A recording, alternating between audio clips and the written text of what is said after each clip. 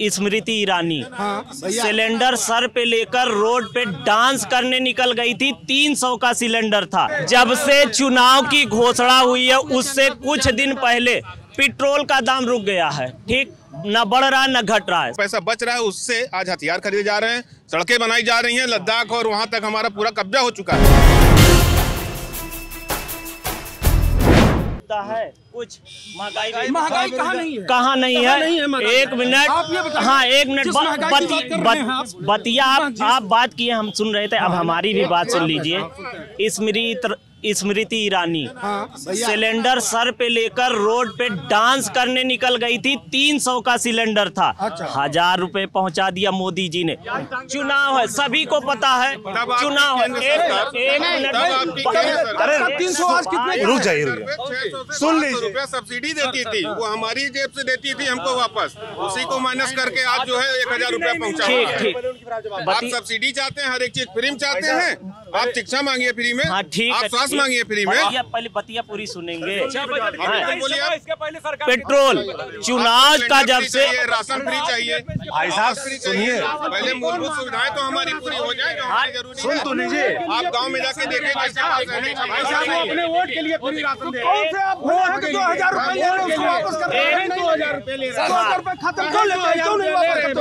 नहीं चाहिए, गल्ला नहीं चाहिए, गल्ला नहीं चाहिए। भाई साहब रुकिए, जो सरकार रुकिए, जो सरकार इनका सवाल तो सुन लीजिए।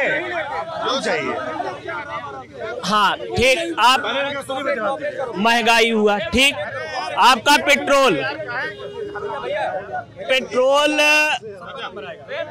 जब से चुनाव की घोषणा हुई है उससे कुछ दिन पहले पेट्रोल का दाम रुक गया है। ठीक, न बढ़ रहा है न घट रहा है, 100 के अंदर ले आए, नहीं तो चीजें बढ़ती जा रही थी। कहाँ तक पहुँचाएंगे? कांग्रेस जब छोड़ के गई थी, कच्चा तेल अंतरराष्ट्रीय मार्केट में $120 प्रति बैरल खरीदती थी, देती थी कितने में? इनकी सरकार आई, सत्ता परिवर्तन हुआ 14 में, और कच्चा तेल कीमत क्या हो गई अंतरराष्ट्रीय मार्केट में? 30 बैरल हो गई। ठीक, मतलब $30 में चीजें कह रहे हैं। हाँ। महंगाई की मुद्दा उठा रहे हैं। रुक जाइए, आप सवाल रुक जाइए। महंगाई की बात ही कर रहे हैं। सबसे पहले कह रहे हैं सिलेंडर महंगा हुआ। स्मृति ईरानी उस समय तो विरोध प्रदर्शन करती थी, और दूसरी बात इन्होंने कही कि पेट्रोल डीजल के रेट जो लगातार बढ़ रहे थे, चुनाव आए तो वो रुक गए, है ना। इन्होंने कंपैरिजन करके बताया कि उसमें प्रति बैरल क्या भाव थे, और बीजेपी सरकार में कम रहे फिर भी रेट बढ़ते रहे। तत्कालीन तो दिखाई दे रहा है, लेकिन इसमें आप इतिहास में जाइए। कांग्रेस के शशांक शेखर सिंह, आप इतिहास में जाएंगे, थोड़ा सा देखिए पीछे जाके, कांग्रेस के समय में छोटे छोटे देश हमको आंख दिखाने का काम करते थे। उस समय महंगाई की बात हो रही भाई साहब, छोटे उसी पे आ रहे हैं, नहीं उसी पे आ रहे हैं। अब वो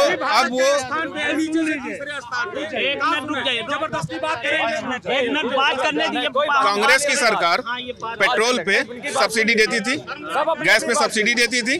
वो सब्सिडी हमारे ही कमाई का पैसा, टैक्स के पैसे के रूप में जो सरकार को जाता था, उसको सब्सिडी में हमको वापस कर देती थी। वो सब्सिडी न देके यही सरकार आज की डेट में जो ओरिजिनल रेट है उस पे हमको सामान दे रही है, चाहे पेट्रोल हो गया चाहे गैस हो गया, जो आज के रेट है उस पे हमको दे रही है। जो सब्सिडी का पैसा बच रहा है उससे आज हथियार खरीदे जा रहे हैं, सड़कें बनाई जा रही हैं। लद्दाख और वहां तक हमारा पूरा कब्जा हो चुका है।